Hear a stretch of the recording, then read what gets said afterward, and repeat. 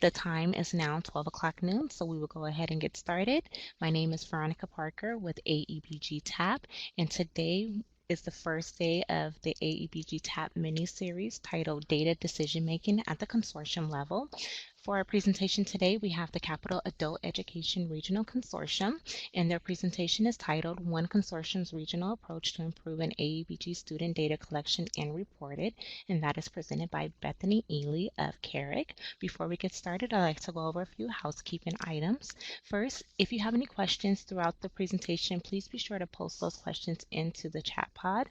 Throughout the presentation, Bethany will address your questions. However, there's a lot of content to be covered, and so if she's going to get to an area where your question will be answered, she will let you know. At the end of the presentation, if there are any outstanding questions that have not been addressed throughout the presentation, she will address those questions at that time. So in an effort to get through the content and make sure everyone is engaged in understanding what's going on, we are going to get to the questions on an as-needed basis, and if there are any questions left over, they will be answered at the end of the presentation. This webinar will be recorded and available on the AEBG website later on this afternoon, so if you have to leave for any reason or you would like to reference the webinar and the materials at a later time, you will be able to do so by accessing them on the AEBG website. We've already talked about any technical difficulties, but if there's anyone who is experiencing any technical difficulties, please be sure to let me know in the chat pod and we will address them via private chat. In addition, if you are hearing me speak at this time, but you're hearing an echo, it could be because you are logged into Adobe Connect more than once. If there is a number 2 next to your name, that's a clear indication that you are signed in more than once. What you would like to do is exit out of Adobe Connect and come back in, and the echo should be cleared up. And I've already talked about this, but if you would like to download the PowerPoint presentation and handouts, you can do so by accessing them under the resource pod. Highlight the file and then download the file. They will appear on your screen. In addition, Bethany will be referencing the data dictionary, the CASAS TE data dictionary, and there is a link provided in the chat pod for you to be able to access the data dictionary. For those of you who have just joined us, if you're in the room with more than one person, please be sure to let us know in the chat pod so that we can account for everyone in our attendance. Also, if anyone is in need of any technical assistance or professional development, please be sure to contact AEBG TAP by either sending a support request via the AEBG website, emailing us directly at tap@aebg.org, or you can give us a telephone call at 888-827-2324. One last thing, immediately following this presentation, an online evaluation will appear on your screen.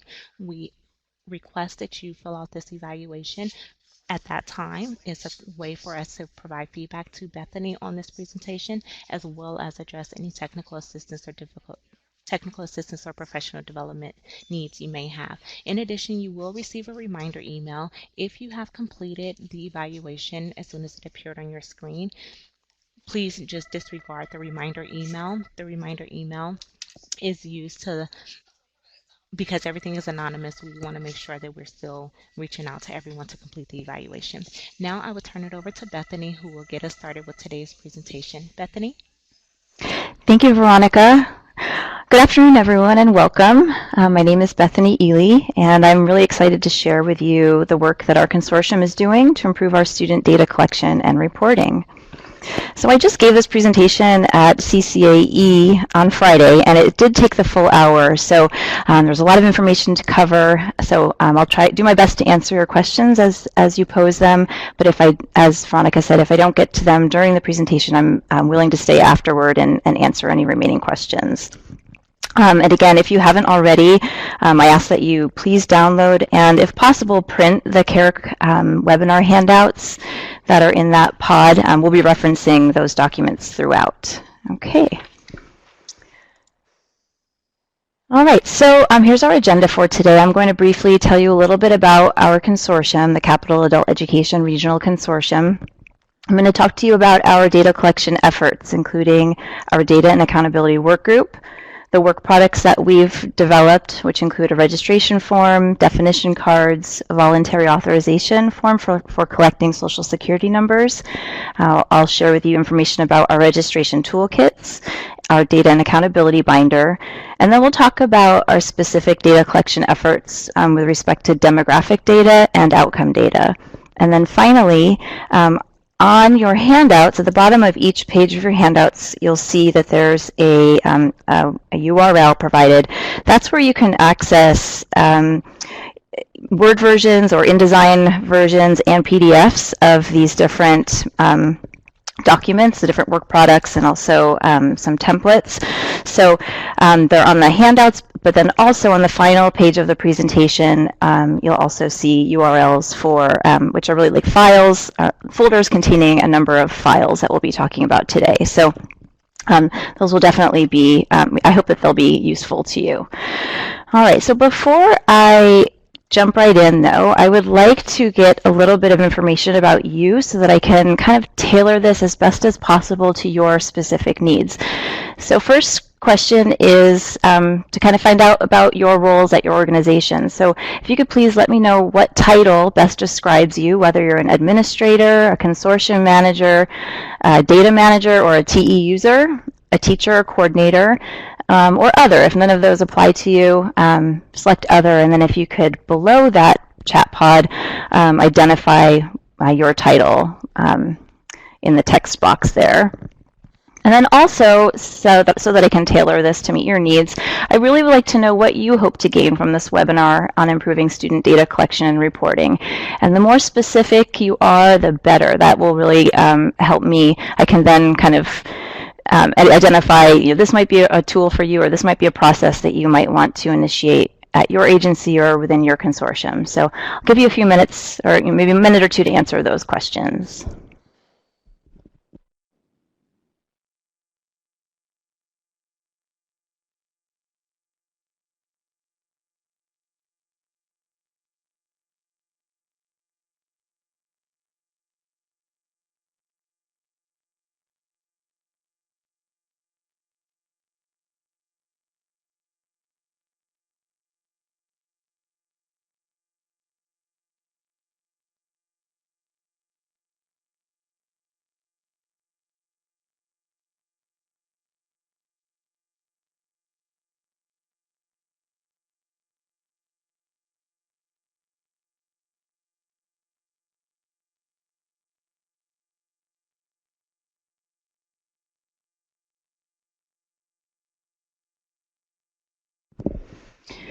Okay, great. Thank you so much for all the feedback. So it looks like the majority of us are, in fact, data managers or TE users. So you're the ones actually working in TE on a daily basis. We do have quite a few administrators as well, and then a handful of teachers and consortium managers, and a few that don't fit into any of those categories.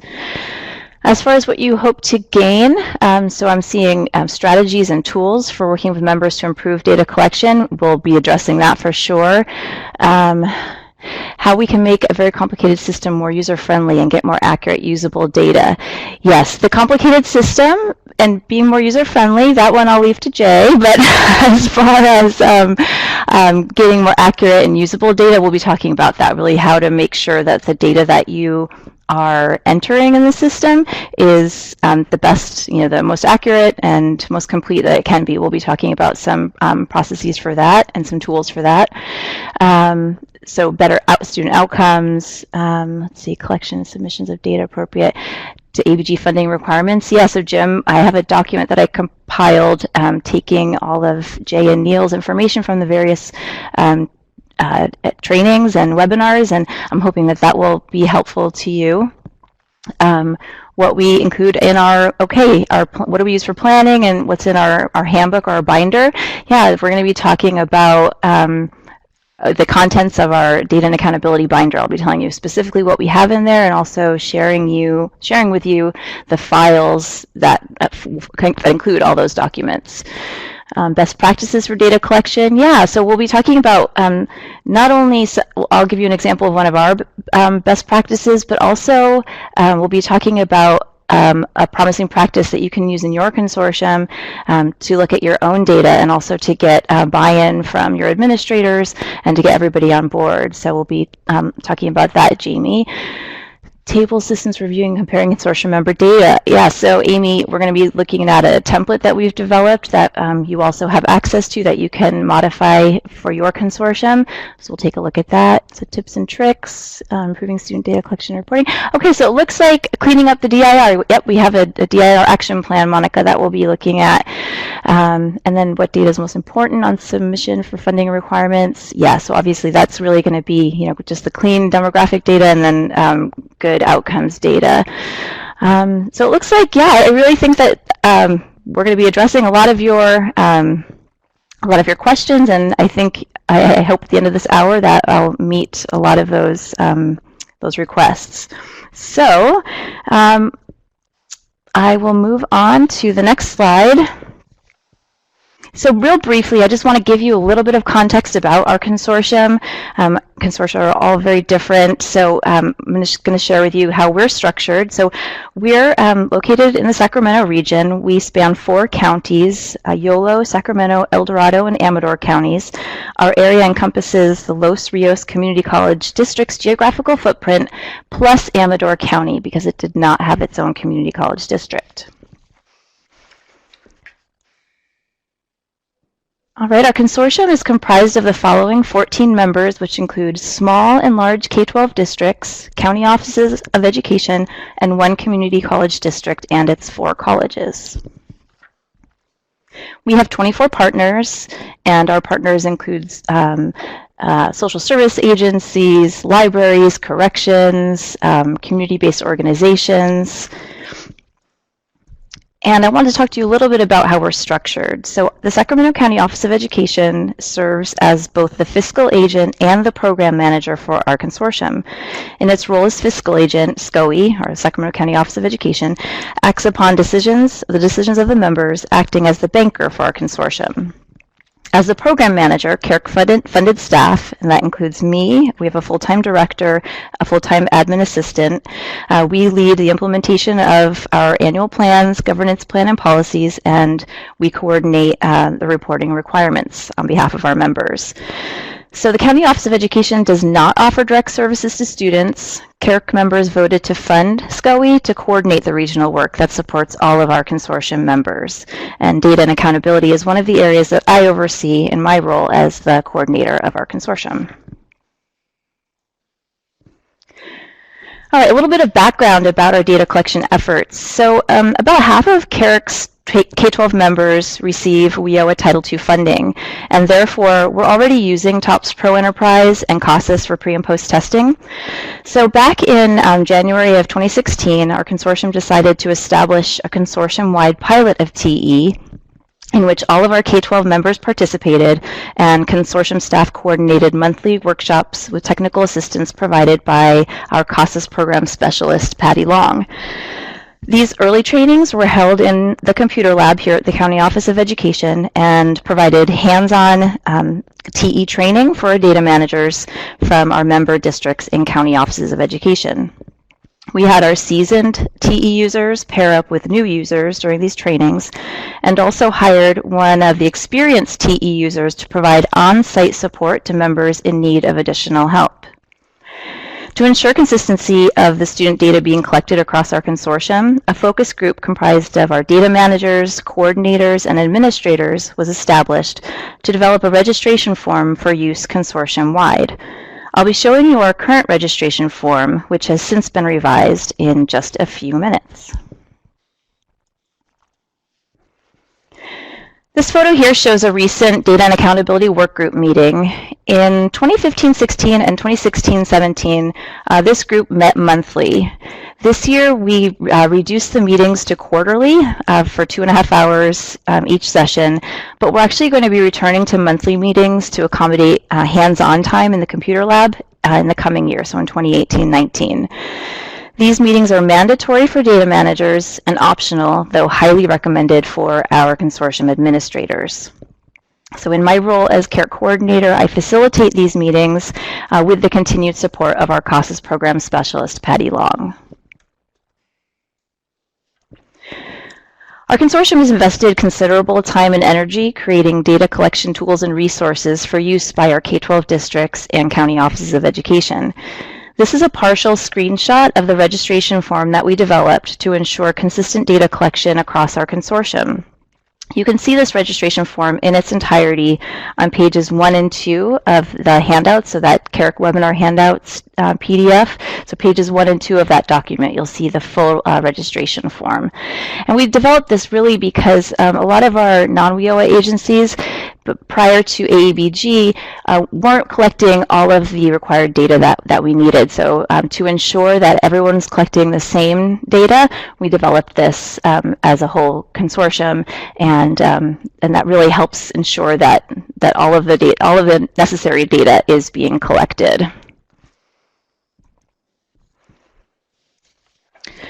To help our students complete the registration forms correctly and accurately, we also created definition cards, which we laminated for distribution to students along with the paper registration form. So this slide on your screen shows part of our definition card for our section 11 of the registration form, which collects students' barriers to employment. The complete 2-page definition card can be found on pages 3 and 4 of the handouts. And the slide will be coming up in a few minutes, but we have also had all of these documents translated into 18 languages, so English plus an additional 17 languages, and so that includes the registration form, these definition cards, recognizing that a lot of our English language learners needed to have these definitions defined in their own native language. So all of those resources are available for you to access as Microsoft Word files and as PDFs. The link is at the bottom of the handouts and then also on the last slide. All right, this slide shows part of our definition card for section 12 of the registration form that we developed. And again, this complete document can be found on page 5 of your handouts as well.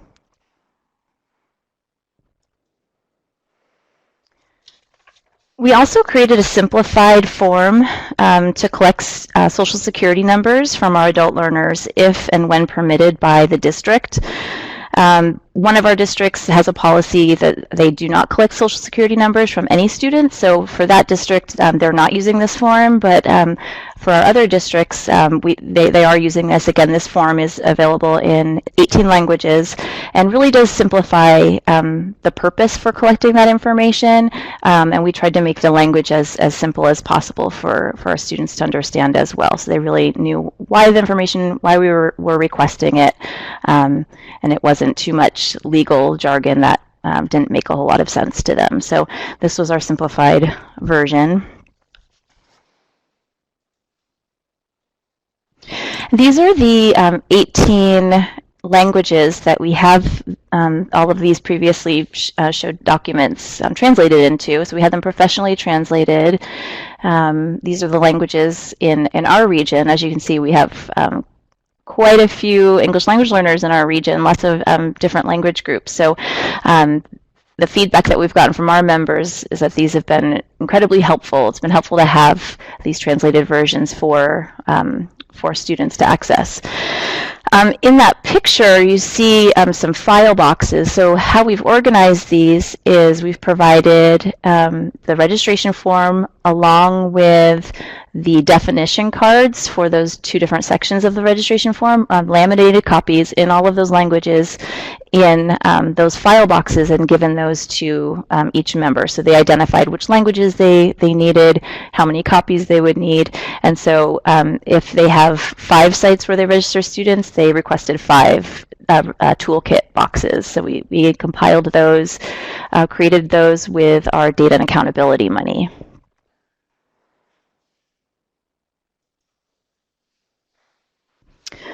Our data and accountability workgroup members are also provided with a data and accountability binder, which we update on a regular basis. So on the picture on the right, you can see the different sections of our data and accountability binder. And as I mentioned, all of the documents for each of those sections are also provided online for you to access and download.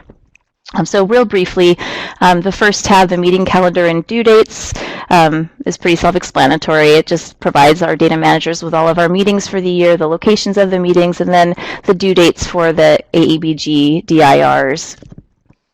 Section 2, the AEBG guidance documents. These are documents from the state, so those include the PowerPoints from the regional trainings, any sort of official letters from the AEBG office. I be sure to print those and provide those to our data managers at our meetings. Section number 3, I basically have just taken the definitions for each of the program areas and compiled it into one document and placed it in that section of the binder. Section 4, intake resources. This includes that registration form that we created, the definition cards, a copy of the CASAS entry record, and then also the voluntary authorization form for collecting Social Security numbers. And I see Jean-Marie has a question about, do you provide student information forms in other languages? So if you're referring to the registration forms, we do. Yeah, the registration forms have been translated. So what our members do is they actually distribute the English version, and well, I think they do it different ways. Some have them fill out the translated version, and then whoever is inputting the information just has to make sure that they look up the English version, and Section 1 is equal to Section 1.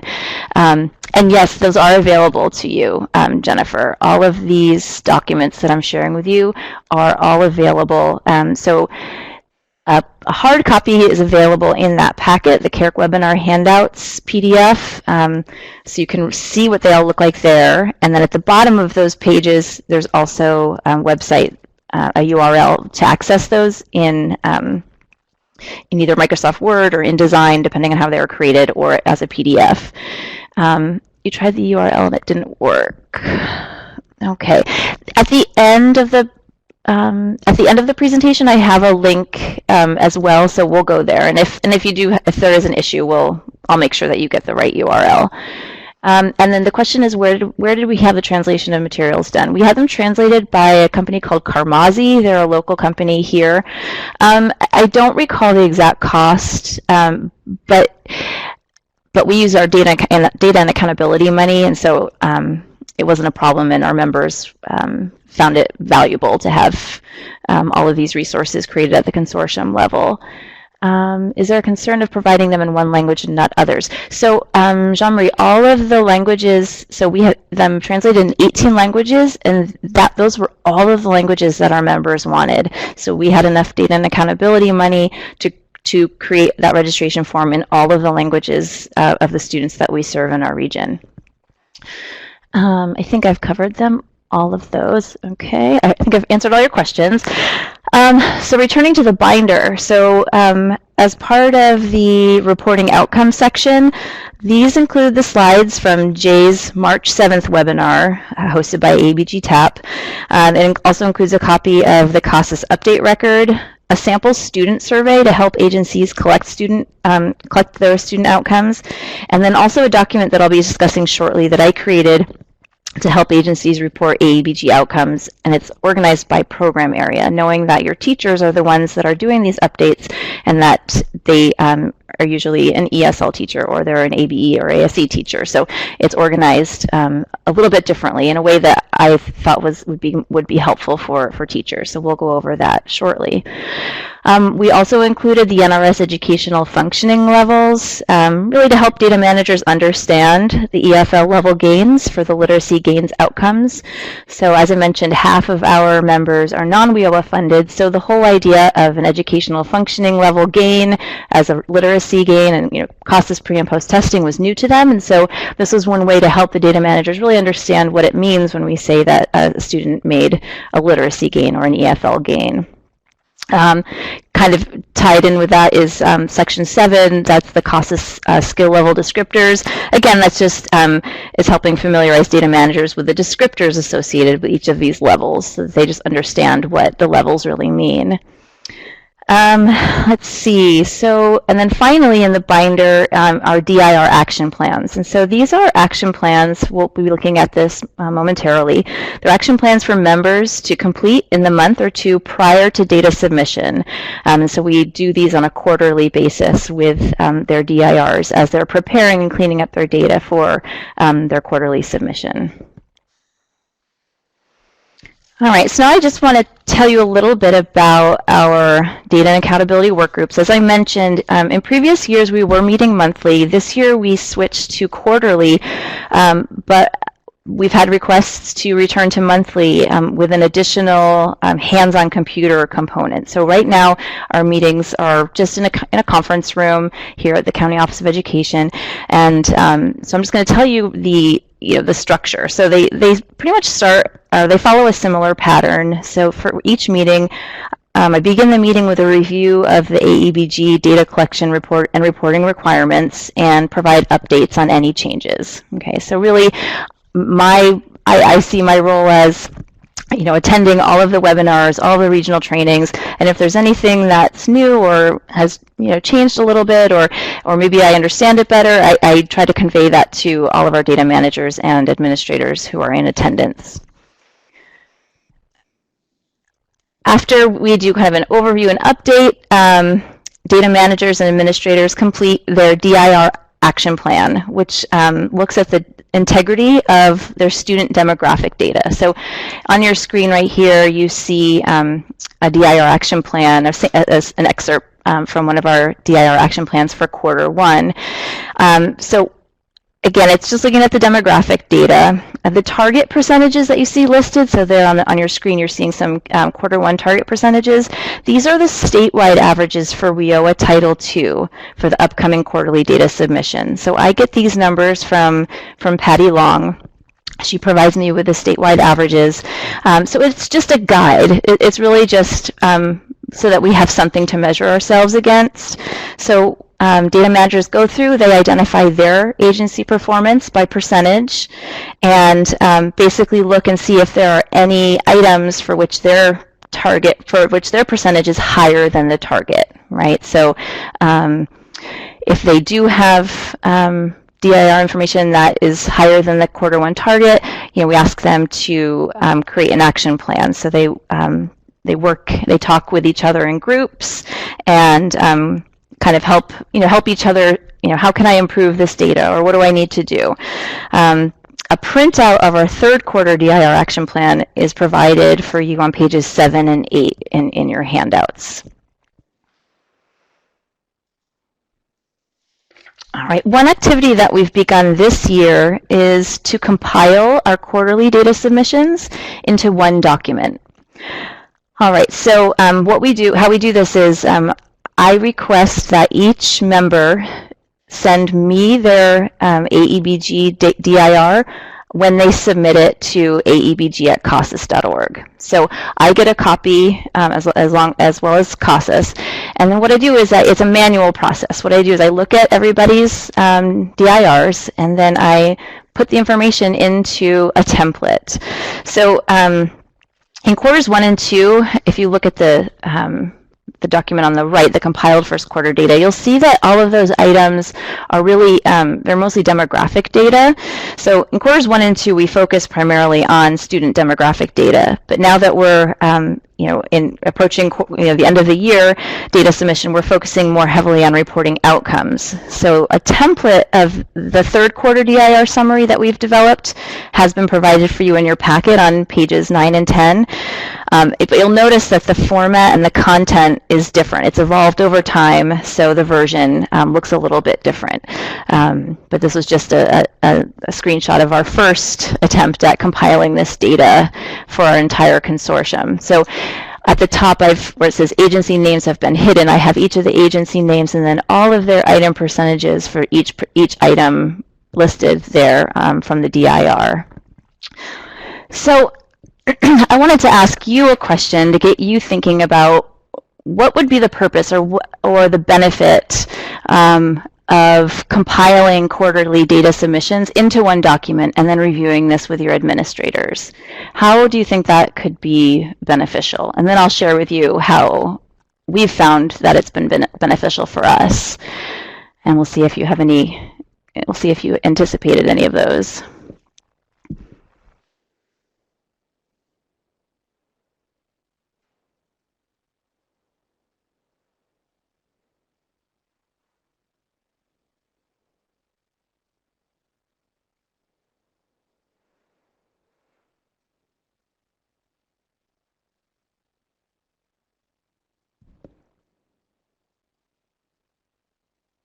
Yes, Karina, absolutely.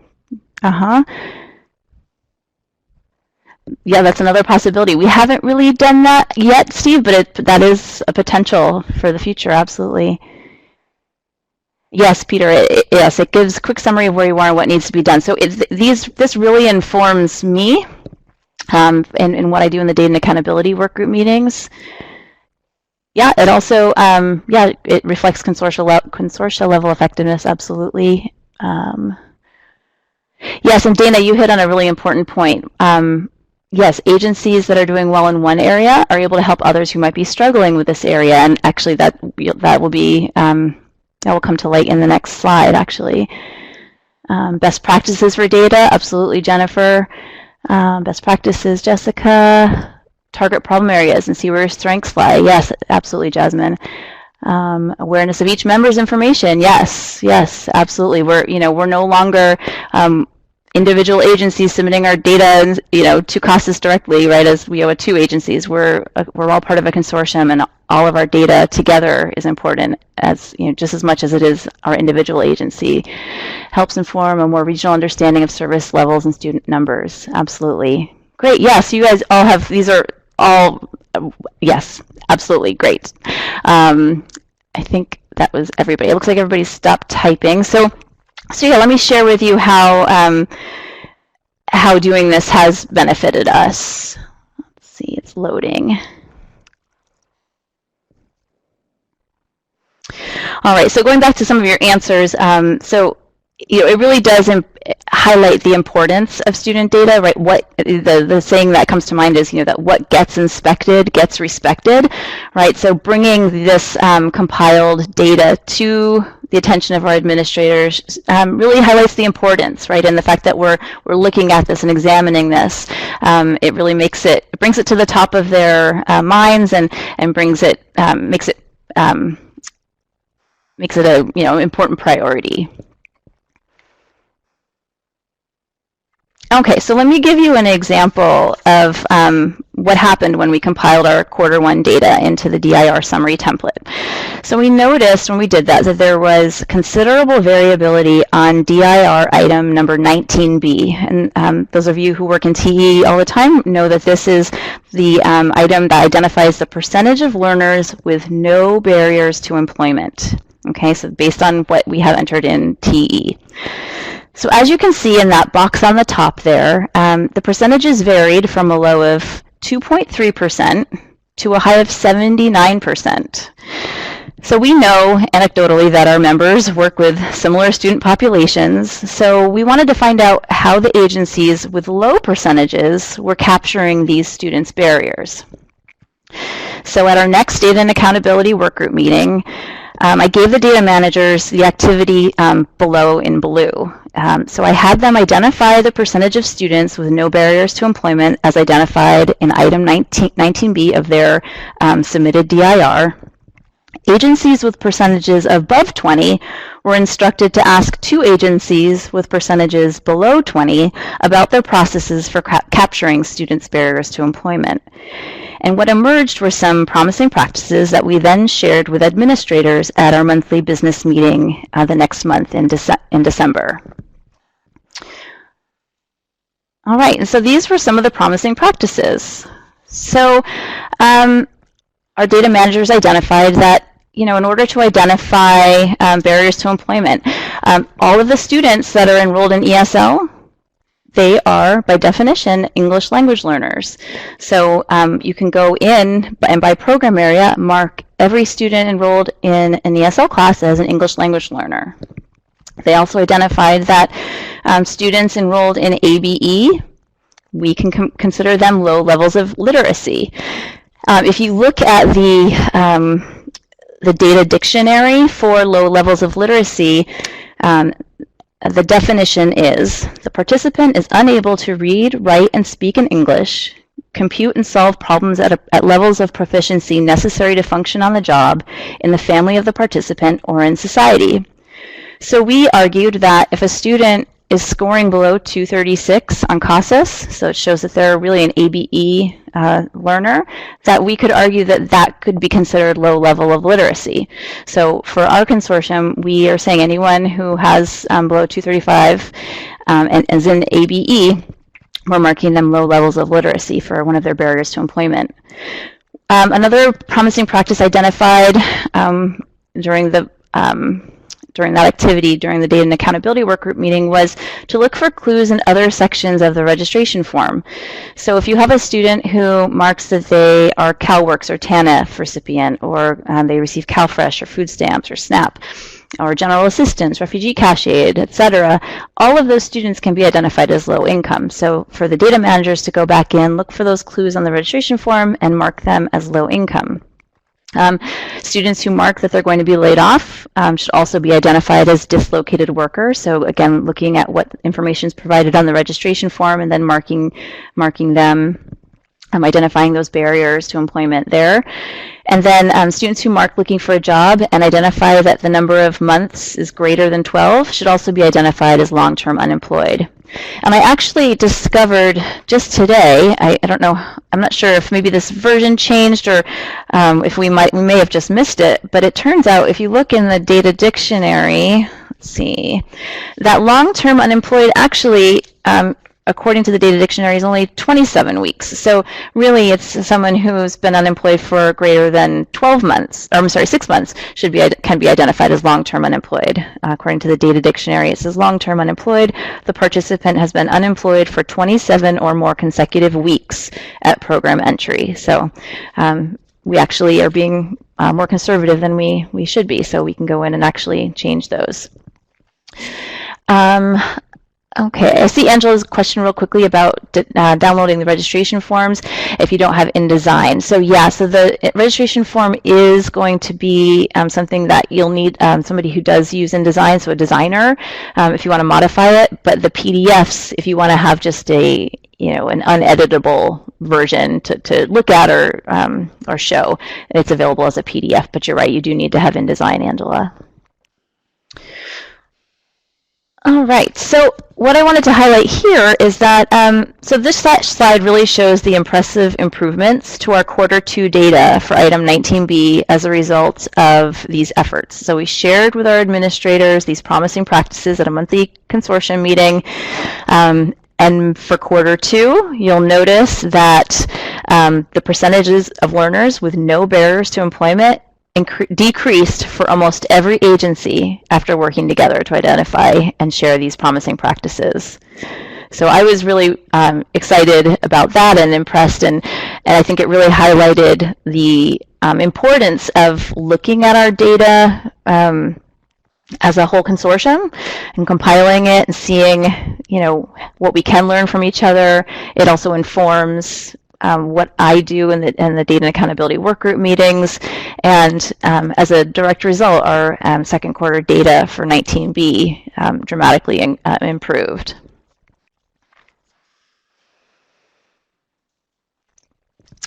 This is a screenshot of an AEBG Barriers to Employment report, which is one of the AEBG Consortium Manager reports. It provides a detailed look at the barriers to employment by AEBG instructional program for each member agency.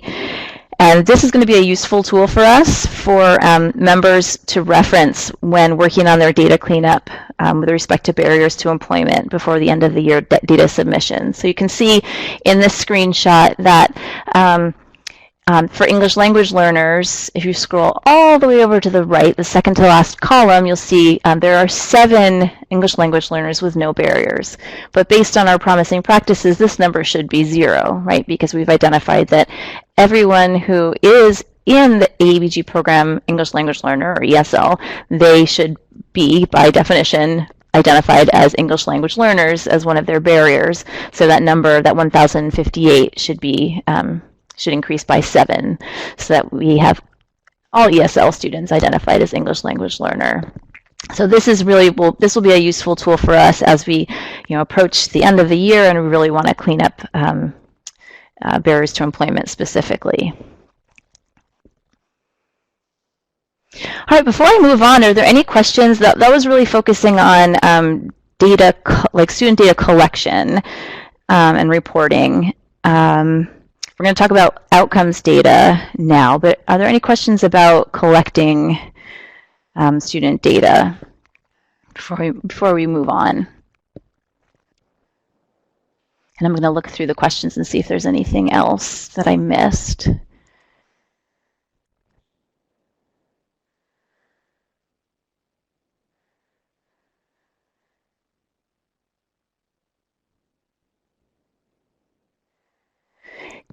Jacqueline, you're asking a question that this is one of those questions that I turn back to my TE data managers. Maybe somebody else in the group can answer that, maybe Jay or one of the data managers. Can you batch edit the program for barriers to employment? And do you also provide data dictionary in all languages? You may have covered this. So what we did, so Jean-Marie, for let's see, so for barriers to employment and like status public assistance, so some of the terms on our registration form we simplified, because a lot of times they can be very complicated federal definitions with that can be kind of hard to understand, so we try to simplify them as best as possible, and then we did have those translated. But if you're speaking of the full data dictionary compiled by CASAS, no, that's just available in English, but that is what we used to inform our definitions that we kind of simplified and then had translated. I hope that answers your question. If not, let me know. And Jay is saying he's not sure what you mean by batch the program, but you could batch edit this by going to record students in program years. It looks like a few more people are typing, so I'm just going to give it a minute or two to make sure I've addressed all of these issues and questions before we move on.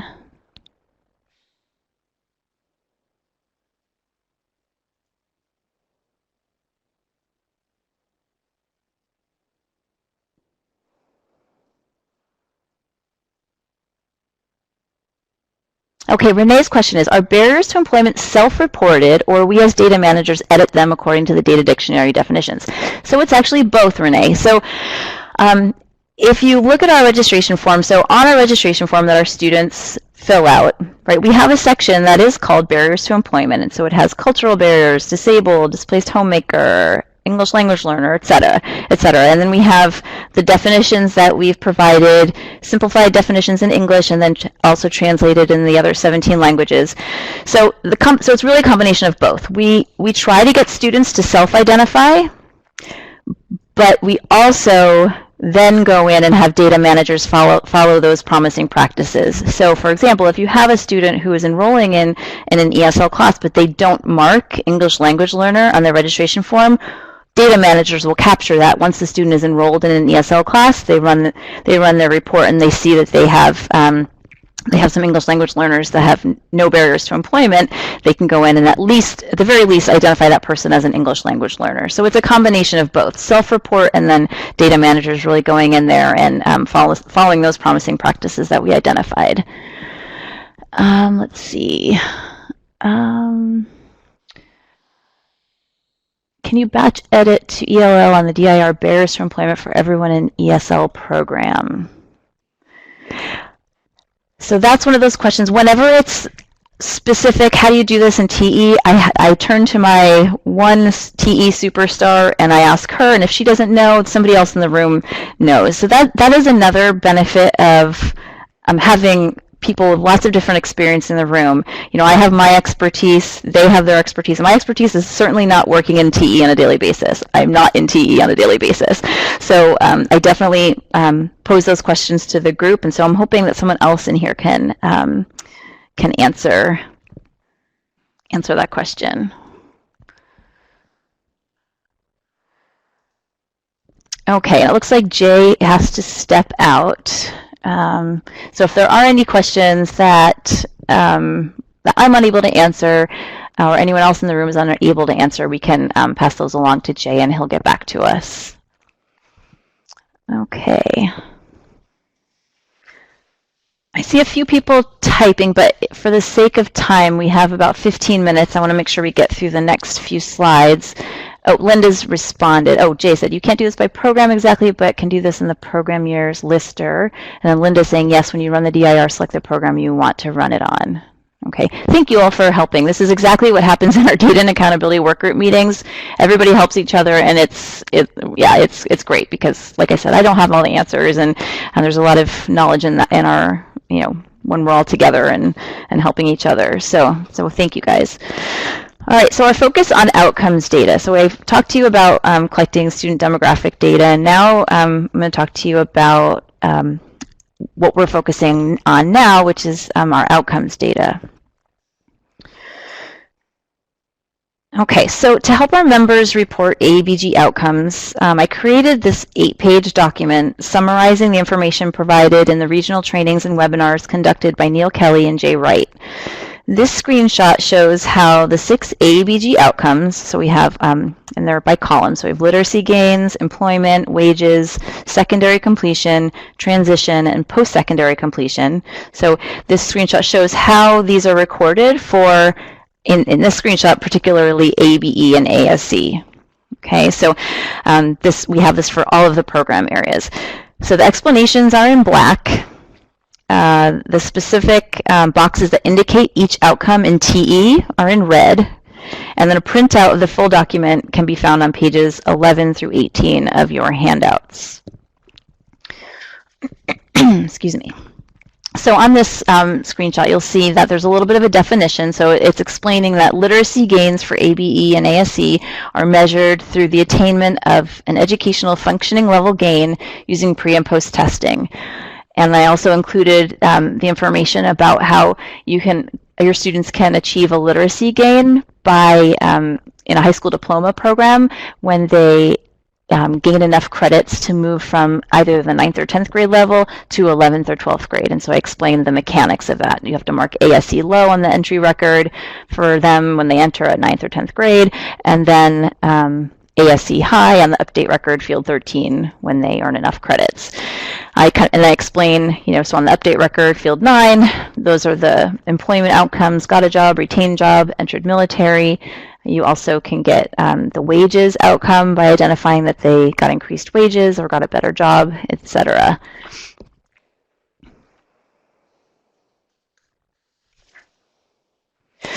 So this was an activity that we did at our last data and accountability workgroup meeting. So I really wanted to help our consortium's data managers gain a better understanding of each outcome and how it's recorded in TE. So I created this activity that we conducted, that everyone worked on at our meeting in March.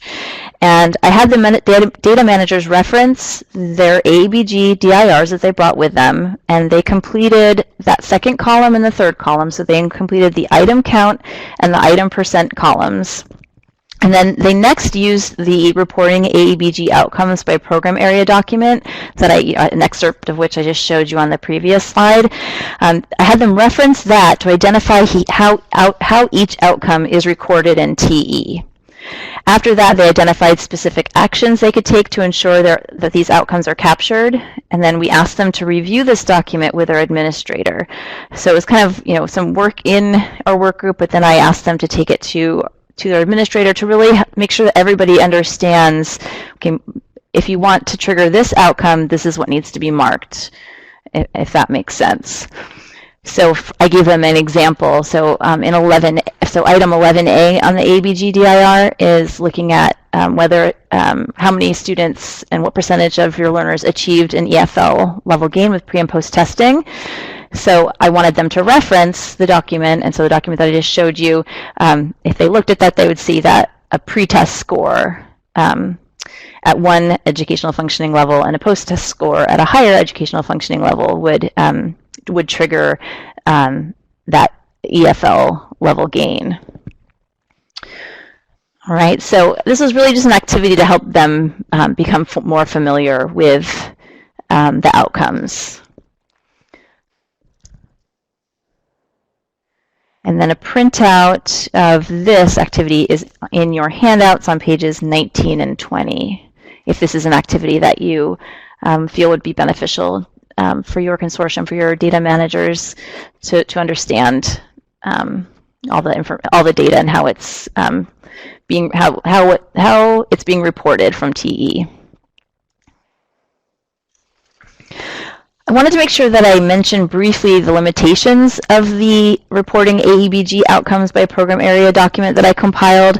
It's important to note that it provides information on reporting AEBG outcomes only. So if your agency or consortium wants you to report other outcomes, you're absolutely welcome to modify this document to meet your needs. If you are entering your updates through a third-party system such as ASAP, you may want to create a resource for your teachers that conveys the information differently. It's also important to note that the reporting AEBG outcomes by program area document is a living document. I'm sure that there will be changes to the data collection and reporting that will require modifications, so please do keep that in mind for the future. It's just my interpretation and understanding of things right now. So if you do find any incorrect information, please let me know. I did my best to compile it into one document and make it as easy as possible, but I certainly could have made mistakes. Finally, here are the downloadable resources. So if you want to access all of the data and accountability binder materials, you can go to that link there. The registration form in the original InDesign file and PDFs in all 18 languages are accessible, as well as the definition cards. That voluntary authorization for collecting Social Security numbers is available for you to use and modify, and then a variety of data cleanup resources can be found in that, that file, that last bullet there. So that actually, I was able to do that more quickly than I did at CCAE. So what I wanted to know from you before we wrap up is, which of the following are you most interested in exploring for use at your agency and or consortium? So the registration form, the definition cards that kind of go hand in hand with the registration form, possibly the simplified voluntary authorization form, our data and accountability binder, the DIR action plan, that data integrity report summary, or none. And if none, my feelings won't be hurt. That's okay.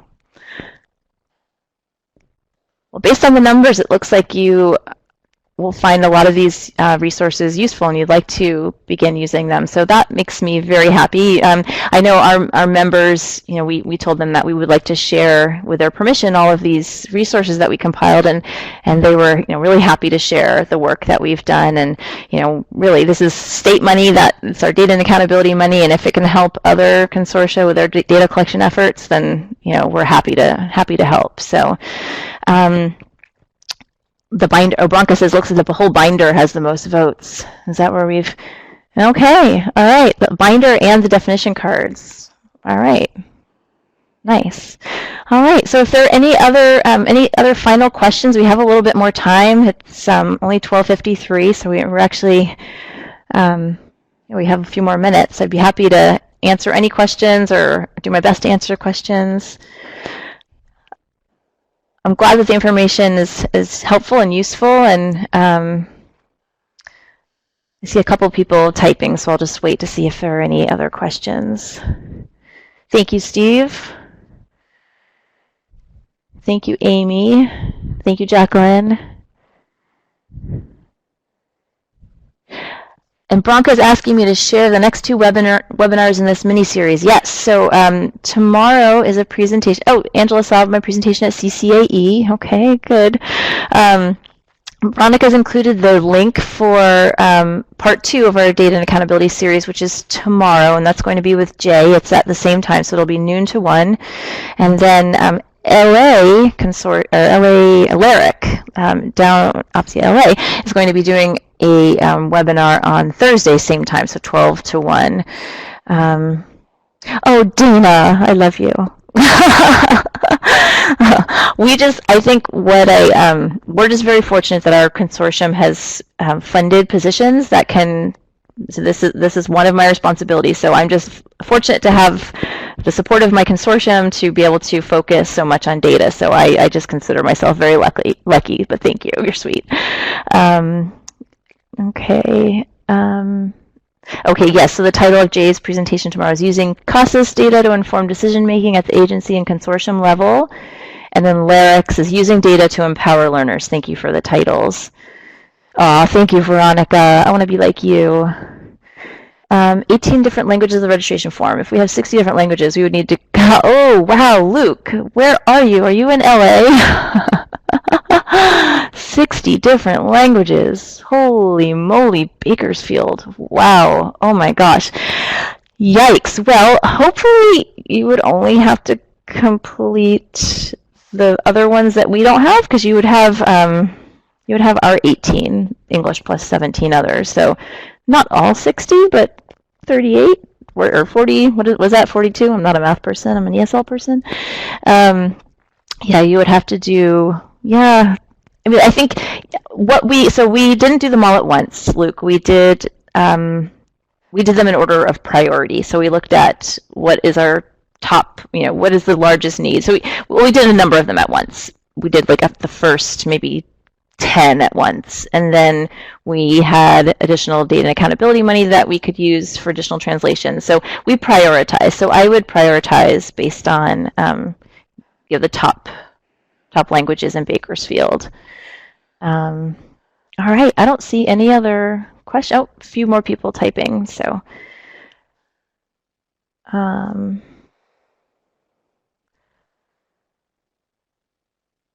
just wait for questions to come through. Is there a fourth quarter data action plan available? Okay, Jacqueline, yeah. So I need to get that information from Patty. So I'm hoping, what I'm hoping that we can do is get somehow post quarters 1 through 4 using, so again, it's the WIOA Title II statewide averages. So I would love for us to create all 4 and then post those to share with everyone. I don't yet have those fourth quarter percentages. I'm going to be getting them soon. I think what I can do is add them to, if I go back on the slide one, let's see here.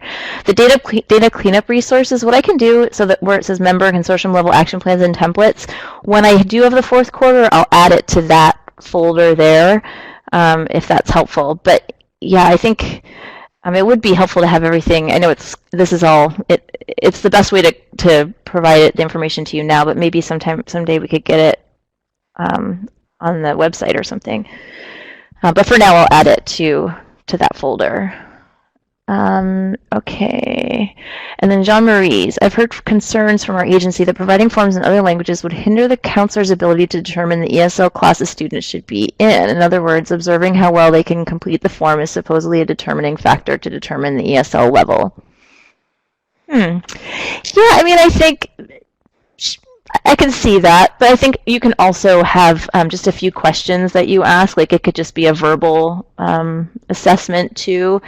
You're right; it does show you their writing ability, but I don't know if that would be.